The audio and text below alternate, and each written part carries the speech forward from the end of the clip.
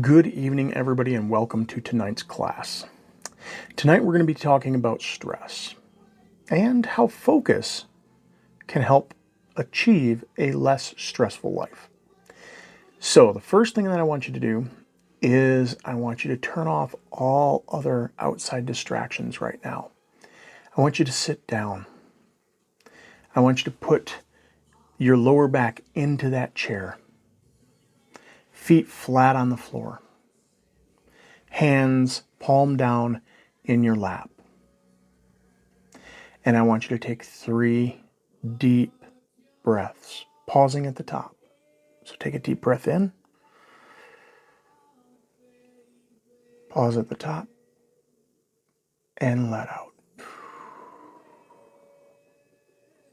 We're going to do that 2 more times. So deep breath in, pause at the top, and release.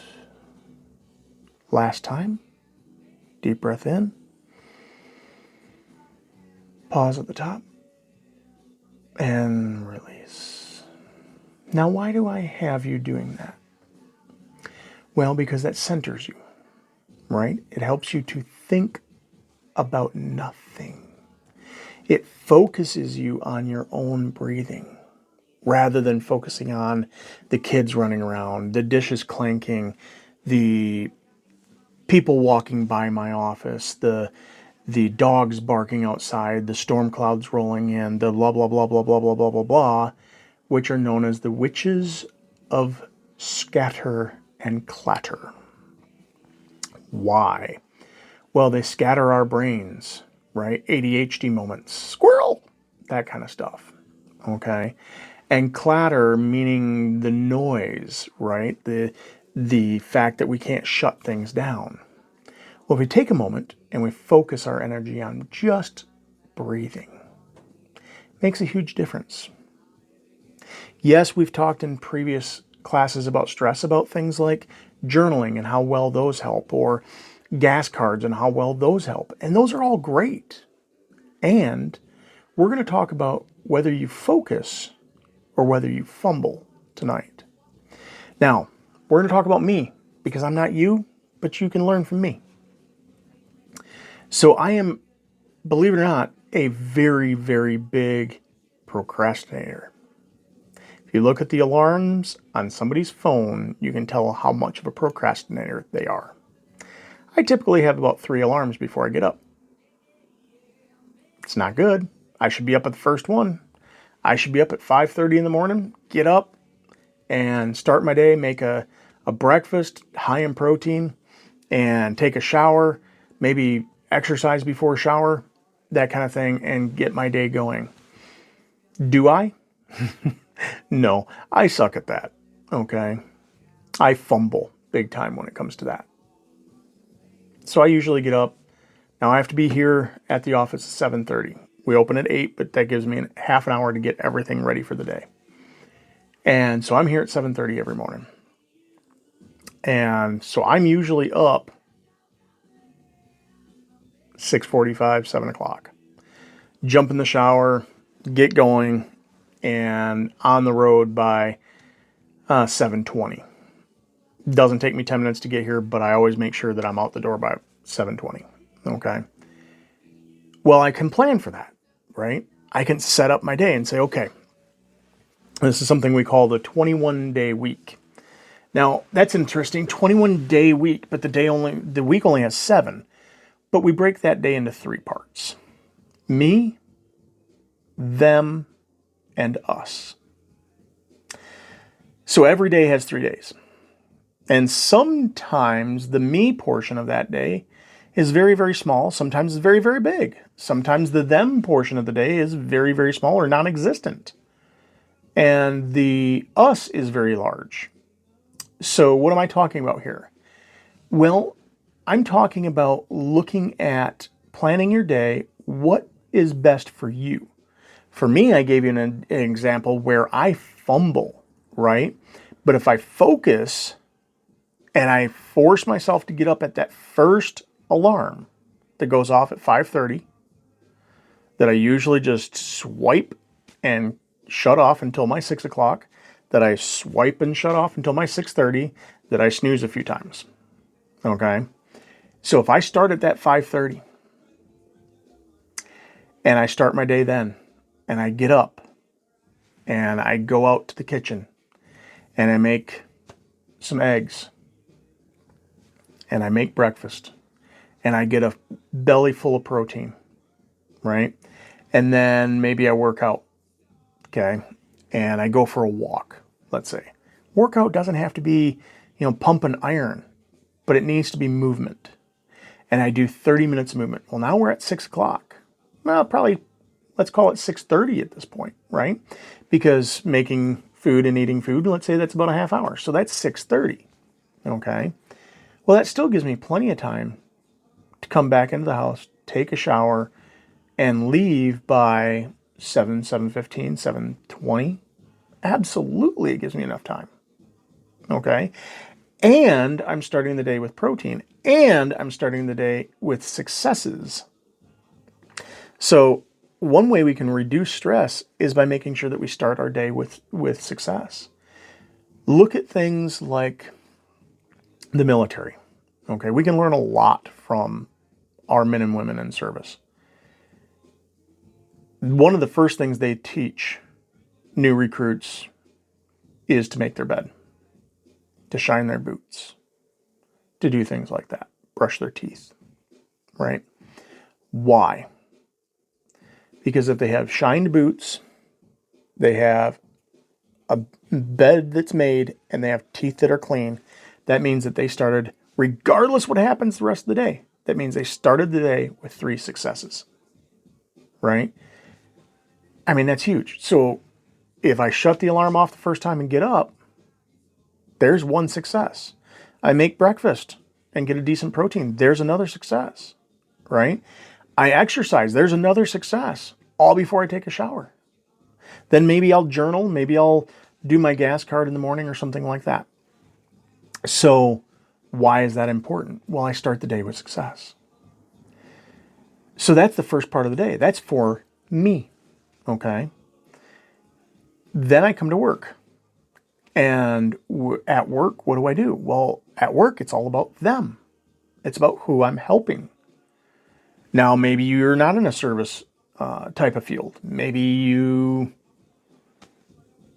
maybe you earn your paycheck by stamping machinery. Well, that's still a them. You are working for somebody else. So it's still them, right? So that work part of the day is considered them. Then when you get home, that's the us. Now, this might be for those that are single. It might just be another me, right? And that is a-okay fine.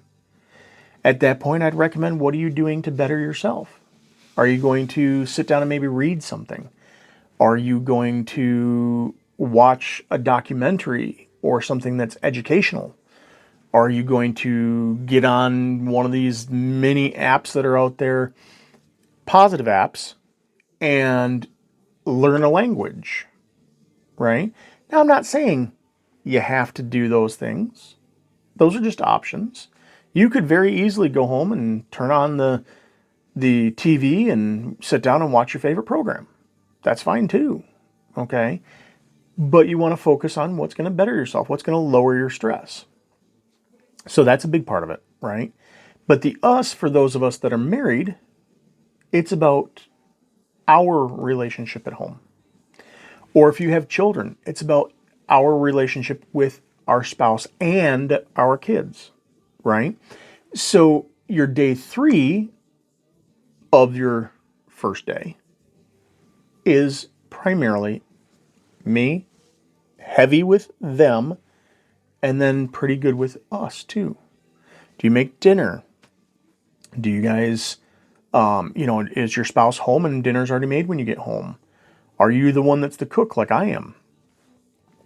Are you planning dinners? Are you sitting down on the weekend and saying, okay, Monday we're going to have a chicken dish, maybe baked chicken and mashed potatoes and some Brussels sprouts, which my wife would absolutely deplore if I made Brussels sprouts. I would like it. But maybe day 2 you're going to make maybe a pasta dish, maybe a, a nice bolognese or something like that. I don't know. So are you planning those things out? Well, that would be part of the us that's going to be bigger on those weekends or days off. On those weekends and days off, do you have much of them time? The answer is no. But see, if you focus on having a 21-day week, you are planning to succeed. And if we go back to what I talked about in the beginning of this, if you fail to plan, you are inevitably planning to fail. So by doing a 21-day week and focusing, what do I need to focus on for me that's going to better myself in the morning? What do I need to do to focus on them at work to succeed at work? And then what do I need to focus on for us at home when I get home? I'll tell you, that's a huge, huge thing.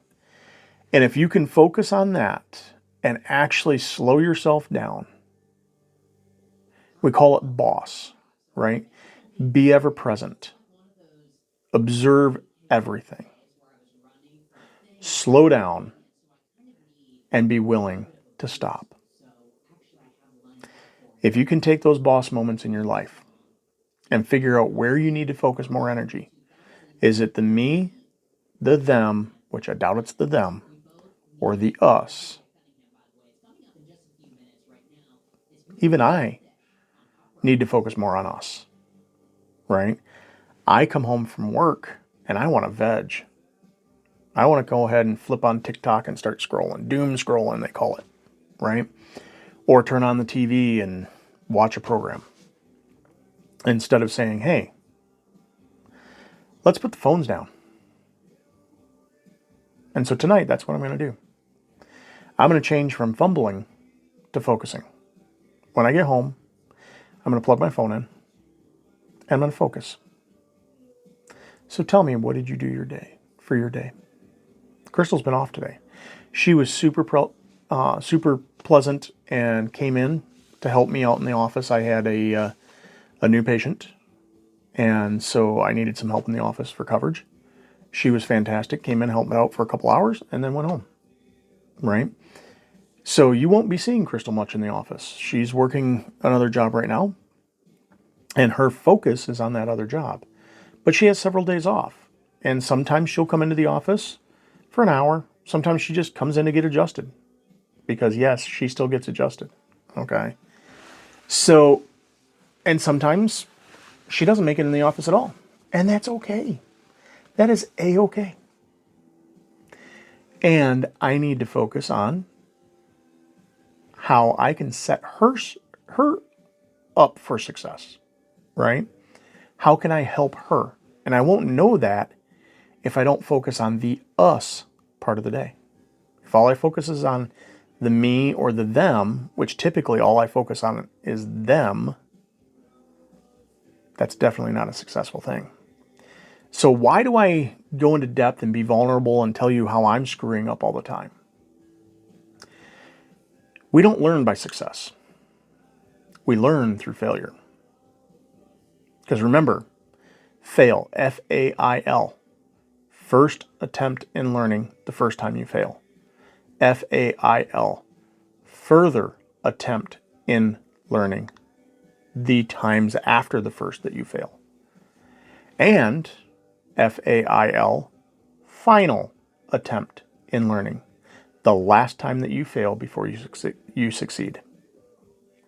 So, the reason why I share my stories of fumbling or failing is so that you can learn from my mistakes and that you can have a very successful and very love, compassion, uplifted, hopeful